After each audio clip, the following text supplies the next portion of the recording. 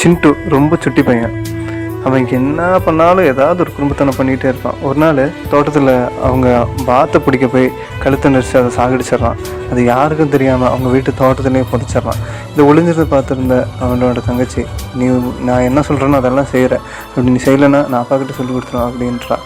அப்போ அவளுக்கு வர எல்லா வேலையும் சிண்டுக்கிட்ட சொல்லிடுறான். சிண்டு எல்லா வேலையும் செய்கிறான். மின்ட்டு எப்போ பார்த்தாலும் நீ சொல்லலைன்னா நான் அப்பாட்ட சொல்லிடுவேன், நீ சொல்லலைன்னா அப்பாட்ட சொல்லிடுவேன் பயமுறுத்துட்டே இருக்கான்.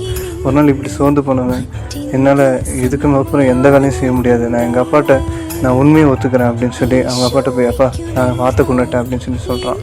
இந்த ஒரு நிமிஷம் அவனுக்கு அவ்வளோ பெரிய ஆறுதல். இன்றைக்கி நான் நர்சிதில் பார்க்குற ஏரோ தர்ஷன் அந்த திருமுழுக்கு யோவானை கொண்டுட்ட அந்த குற்ற உணர்வுலேயே இருக்கிறான். நாம் எவ்வளோ தப்பு பண்ணாலும் நம்ம ஏற்றுக்கொள்கிற ஒரு தந்தை இருக்கிறார் என்ற உணர்வோடு நாம் வாழ்வோம். அவர் தண்டிக்கிற கடவுள் இல்லை, மன்னிக்கிற கடவுள். ஆமீன்.